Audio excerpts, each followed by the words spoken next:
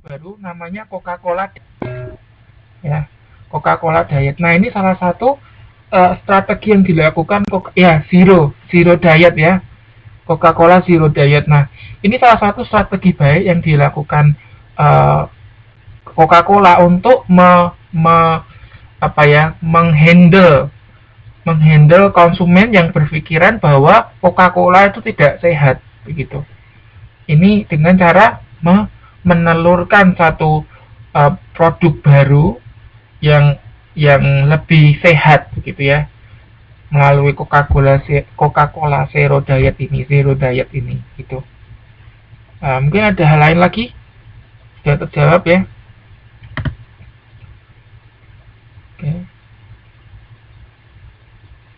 Oke, terima kasih. Saya lanjutkan ke pertanyaan kedua ya. Arti analisis interval dan preferensi harga konsumen. Nah, ini perlu ada saya luruskan karena saya pikir di modul ini ada penulisan yang kurang tepat. Oke, silakan kalau saat ini Mbak Munifah bawa modul, silakan dibuka modul halaman 5.16. Ya, 5.16.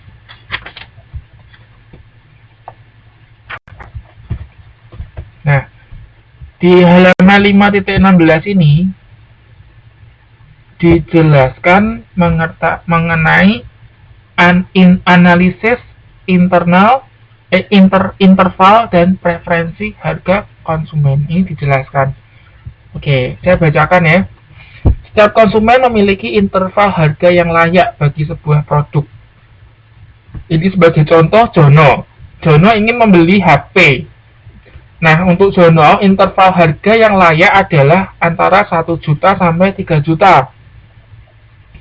Jono akan mengevaluasi berbagai jenis merek HP yang berada pada interval harga tersebut. Ya, mungkin Samsung, Nokia gitu ya, yang range harganya 1 juta sampai 3 juta. Nah, HP yang harganya di bawah 1 juta atau di atas 3 juta pasti keluar dari pilihan Jono. Karena apa? Karena interval itu apa sih? Interval itu range ya. Jadi di sini range-nya antara 1 juta sampai 3 juta ya. Nah, dalam interval tersebut yang paling penting sebenarnya adalah preferensi. Ini bukan referensi ya, preferensi. Jadi ini perlu ralat.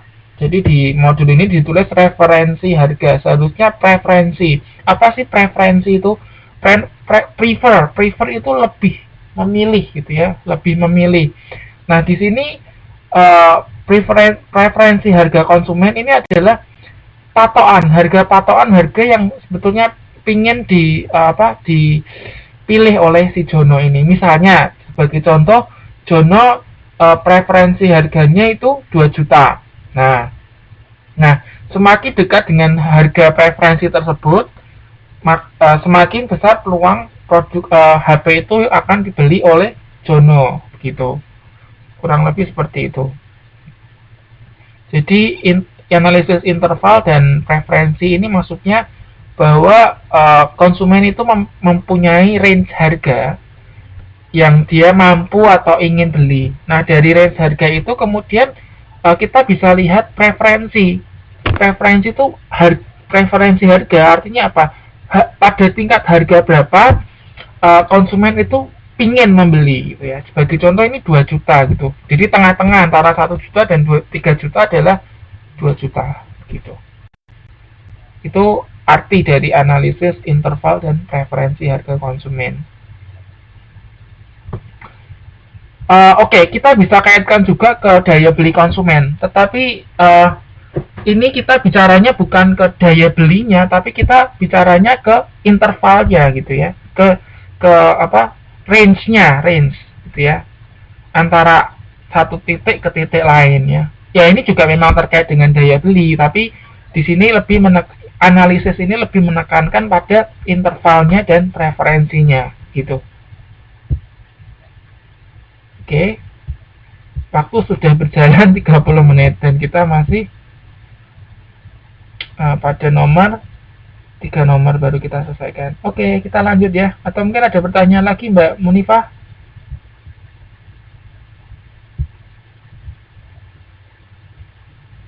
Pertanyaan nomor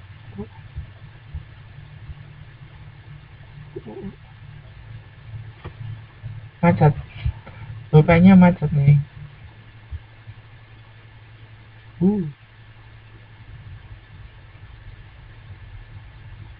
Oke, ini saya coret nomor 2. Oke, kita lanjutkan ke nomor 3 ya. Ini pertanyaan dari siapa ya? Saya lupa, Mbak Titin kayaknya ya. Apa itu markup pricing? Nah, markup pricing ya apa? Sebelumnya Mbak Munifa pernah dengar enggak kata-kata markup? Markup, pernah dengar enggak ini kata-kata markup ini?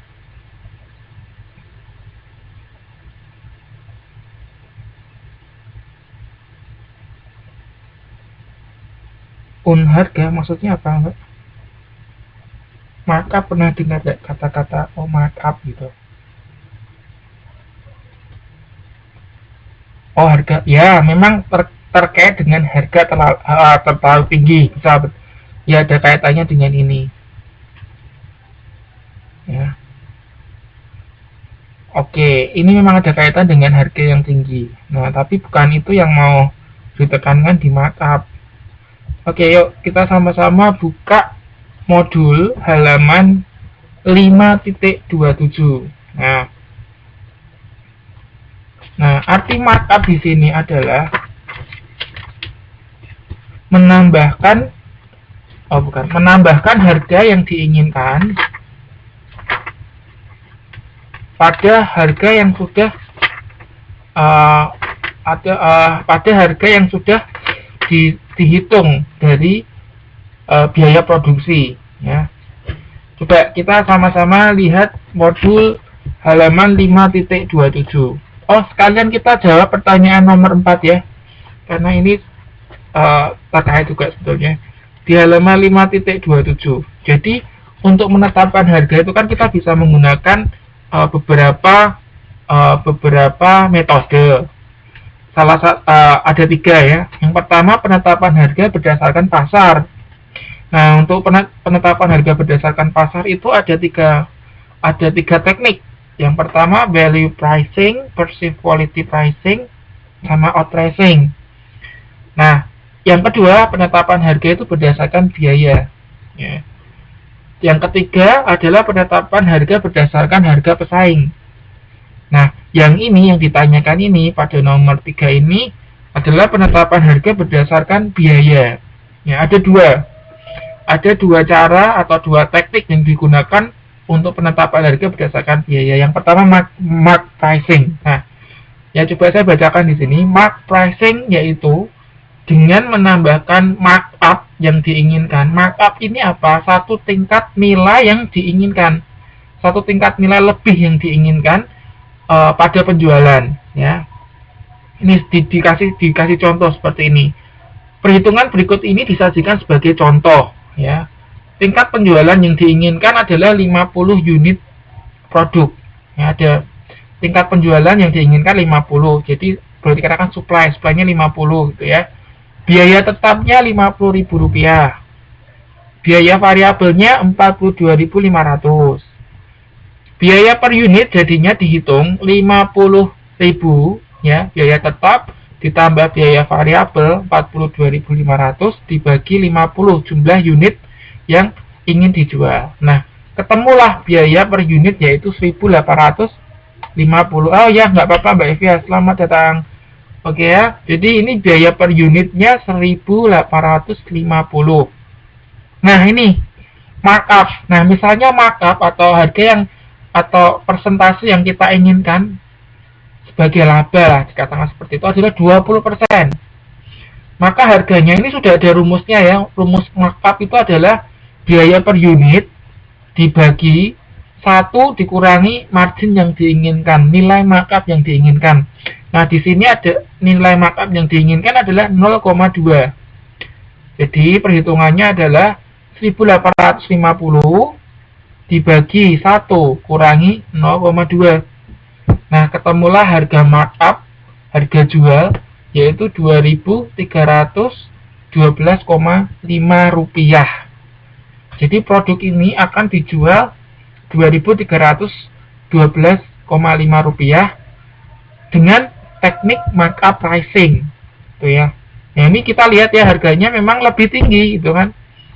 Sebelumnya biayanya produksi hanya 1.850,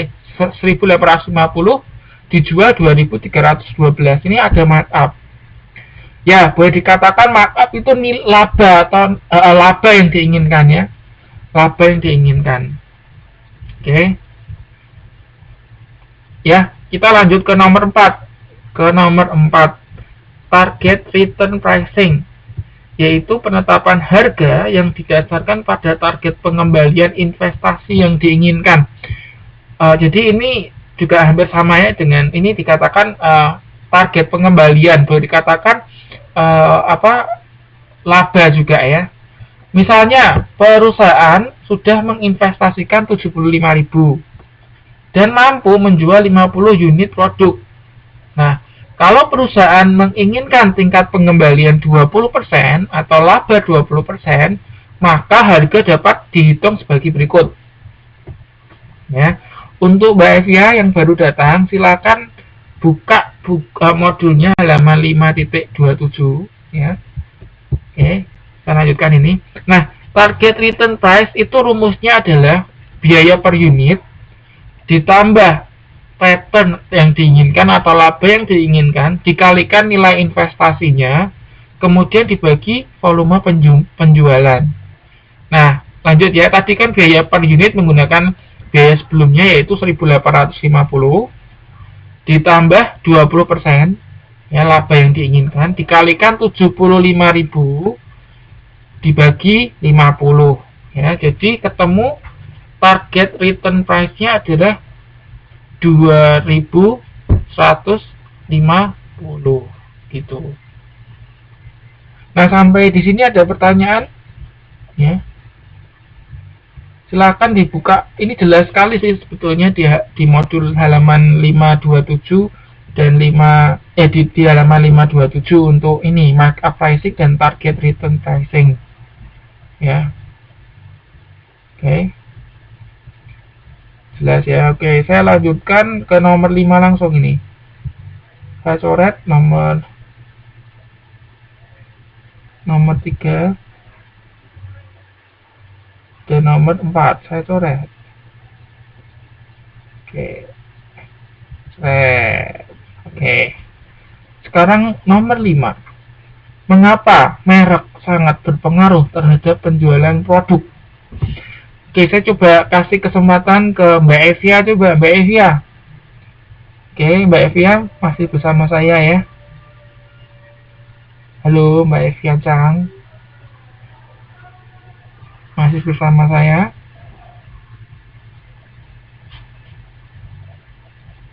Oke, masih ya. Oh, yaudah, silakan minum obat dulu. Saya kasih kesempatan untuk Mbak Munifah ini. Atau Mbak Dewi ke sana ini. Baru masuk ya. Selamat datang Mbak Dewi. Oke. Mbak Munifah, coba Mbak Munifah, menurut Mbak Munifah ini ya.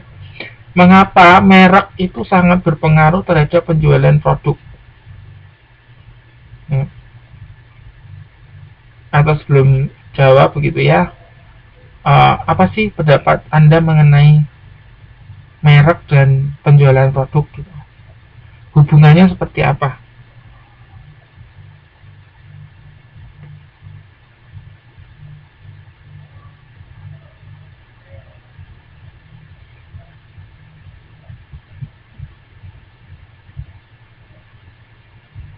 Sambil menunggu jawaban Mbak Munifah, ini Mbak Munifah ragu mau ngetik, berhenti. Merek